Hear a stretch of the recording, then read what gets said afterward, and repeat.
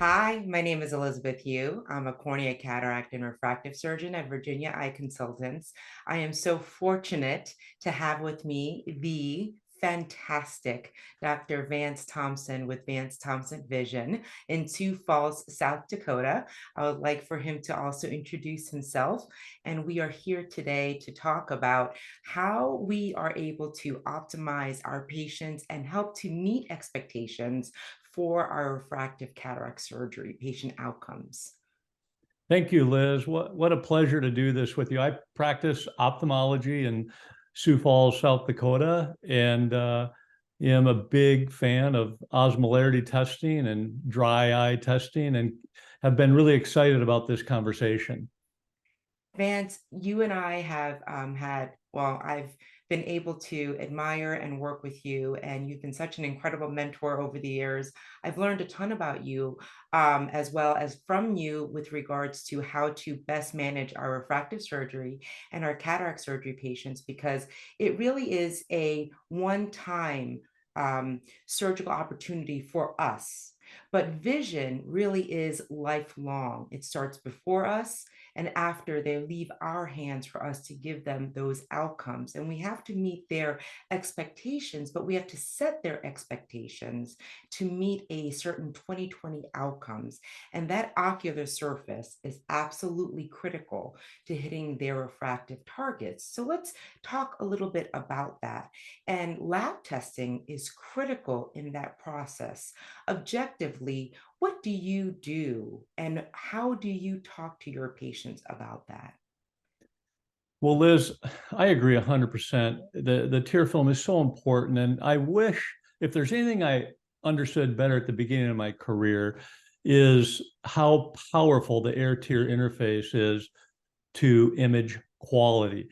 We know the tear film has a huge therapeutic importance, over 1,600 proteins, antibiotic effects, carries oxygen, has the healing factors. Like I tell my patients, the cornea, the majority of it just doesn't have blood vessels, and the tears are the blood of the cornea.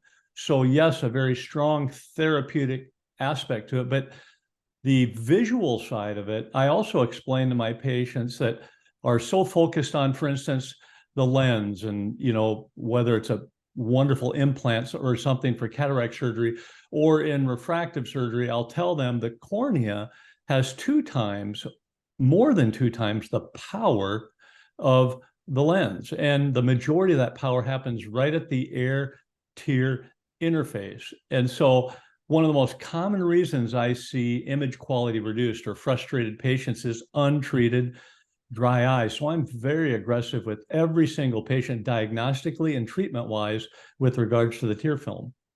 Oh, that's such a great way to look at it. And truly, um, we have learned anecdotally and now supported by evidence through years and years of trying and realizing, wow, why are patients 2020 or not 2020 or some combination thereof and still unhappy is because there is this lid margin as well as ocular surface disease. And through all this diagnostic activity, objective evidence really is key to helping us diagnose them. As you and I have practices really set up where patients are coming to meet us for the first time for their refractive cataract surgery, we have to learn a lot about them as soon as possible to exactly understand where they're at in their level of this journey of their ocular surface. So objectively, we need to kind of, from an algorithm standpoint, understand where they're coming from.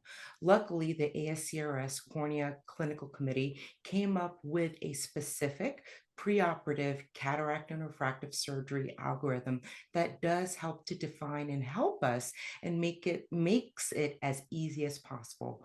For myself, I find that two objective tests, specific tear film osmolarity as well as mybography, those are two essential tests for me to help me understand where they're at in years of doing different tests. To me, those are two key components to understand where they're at in their lid margin, as well as their tear film stability, and their ocular surface disease. How about you, Vance? What information do you look at, and how does it help you? Well, for anybody that hasn't read the ASCRS algorithm on, dry eye disease, please do. If you really want to up your game and, bring some objectivity to your dry eye exams, not only is there a wonderful questionnaire, the Speed 2, that really kind of takes history to the next level, if you will, but also, just like you said, Liz, tear film osmolarity is right there before we even do an exam. I mean, it helps us to guide our next steps. And I'm with you. I really think, since we know that increased tear film osmolarity is really a concentrated tear film, I call it, and the majority of what osmolarity is testing is the sodium ion that really, when concentrated, causes that first step in the vicious cycle of dry eye ocular surface damage, and that is inflammation. And I even when I that patient, when I walk in the room or they walk in the room, I'm actually even looking at their tear prism from a distance. I'm looking, are they squinting? How comfortable do their eyes look? You when you start thinking about this, there's some macro things you look at, and then I look at that tear film osmolarity, and it is my crossroads to what happens next. I am a big believer in mybography also, but that osmolarity, knowing about what is going to happen next in my exam, is something that's really important to me. And I know, because there's been studies that have shown a concentrated tear film decreases the accuracy not only of your measurements, but also the healing. So if you want to reduce your enhancement rate and get better measurements, you're going to know that tear film, and you're going to know that those corneas heal more aggressively with a concentrated tear film. And I really want to normalize that osmolarity and understand it preoperatively, but even start the laser process when it's normalized. It's a wonderful indicator for tear film health. That's right. And Chris Starr and Priya Gupta et al.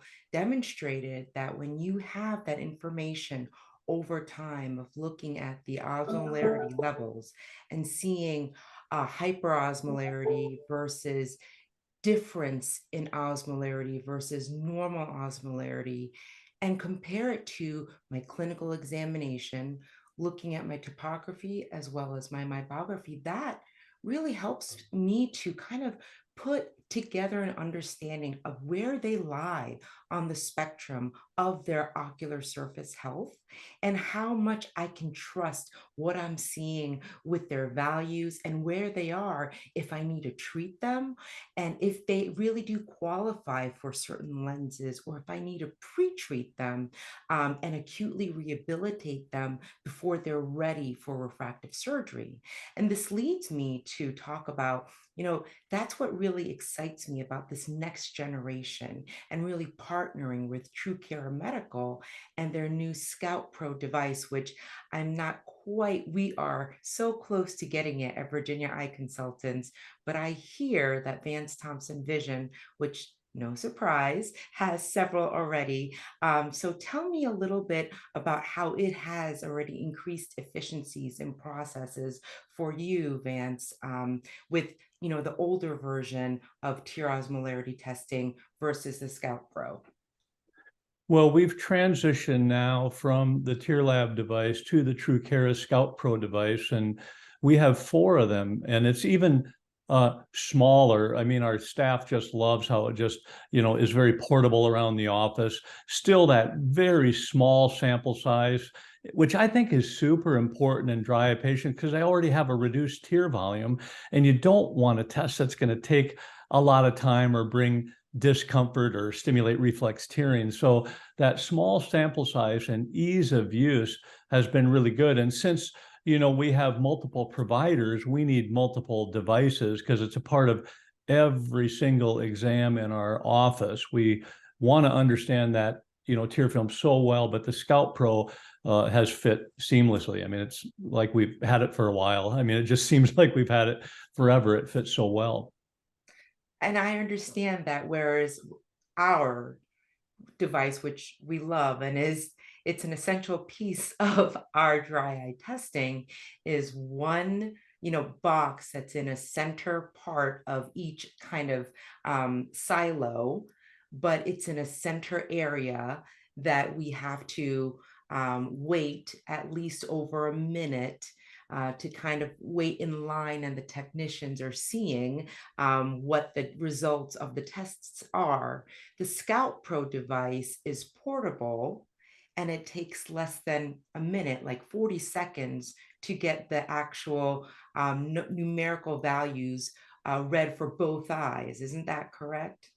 Yes, that's exactly right. And I've also been amazed that how the patients are impressed that we actually even test with this technology, because it looks high tech, it's very modern, and they really feel like it's the best eye exam they've ever had, because this technology is almost futuristic, but it is so efficient in giving us that tear film osmolarity test. That makes absolute sense. So ultimately, at the end of the day, why does osmolarity matter to you and to your clinical practice? Well, Liz, I got to tell you, the further on I get in anterior segment surgery, and I like to talk about not just best corrected vision and uncorrected vision, but best corrected image quality, uncorrected image quality. I call it BCIQ and UCIQ, and really, after everything else, that tear film is such a powerful indicator of image quality. And I, not just check what their vision is with the Snellen chart and teach my team, but I want to know when they see that 2020 or 2015 line, what's the quality? Is there blink to blink variability? And when you start getting very sensitive about these things, since we know that implants don't vary with blinks, laser vision doesn't vary with blinks, it's that tear film. It's just so nice to have that objective test, because so much of dry eye care is subjective.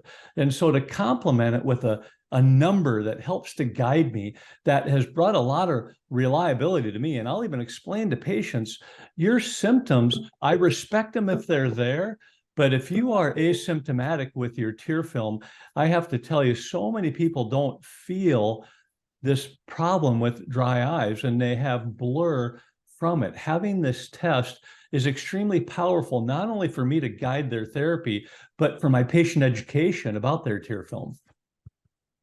Excellent. Similarly, why does osmolarity matter to me and to my practice? I would say, having used tear osmolarity over the last 8 years, that journey has allowed me to have greater belief over time in credibility of how it has simplified dry eye disease and the value of diagnosis, and what the tear film stability is actually doing at that point in time. So I can diagnose where they're at in combination with what is going on with their meibomian glands. I know how they're responding to treatment and what I need to do as next steps. So to recognize what I need to do to change things, or if we can kind of maintain. But in knowing the tear film osmolarity and use it as a reflection, and ask also with how the patient is doing, if there are, for example, patient complaints, then it also guides me to know there may be something else, or a comorbid or a masquerader that is going on. If the tear film osmolarity is stable, for example, it may be conjunctival chalasis, or for example, Demodex blepharitis and I'm not looking closely enough at a masquerader. So it really helps me simplify what else could be going on, because that osmolarity simplifies the track for me. So for me, it does help me to simplify the diagnosis of the tear film stability. And that's how it has really helped me with my dry eye disease diagnosis and management. I find it interesting that you use the word simplify, Liz, because it wasn't that long ago that we knew tear film osmolarity was a powerful, important measure, but we didn't have the technology to do it. And Tier Lab brought that to us, and now TrueCara has made it even more portable and ease of use. But we used to even talk about this, Tier laboratory that was on a chip, just something that, was previously inaccessible to the average practicing ophthalmologist like myself. And to not only see now that Tier Lab on a chip, but to see the device get more and more portable, what it does for us has just been absolutely amazing in the management of our patients. And I literally do want to know what the tear film osmolarity is on every one of my patients. Absolutely. So beautifully stated. Well, thank you, Vance, for taking time to spend with me as we discuss on how we take care of our patients in preparation for cataract and refractive surgery, and how objective testing, specifically tear film osmolarity through TrueCara Medical Scout Pro testing, has really helped elevate our game and simplify dry eye disease diagnosis and management. Thank you, Liz.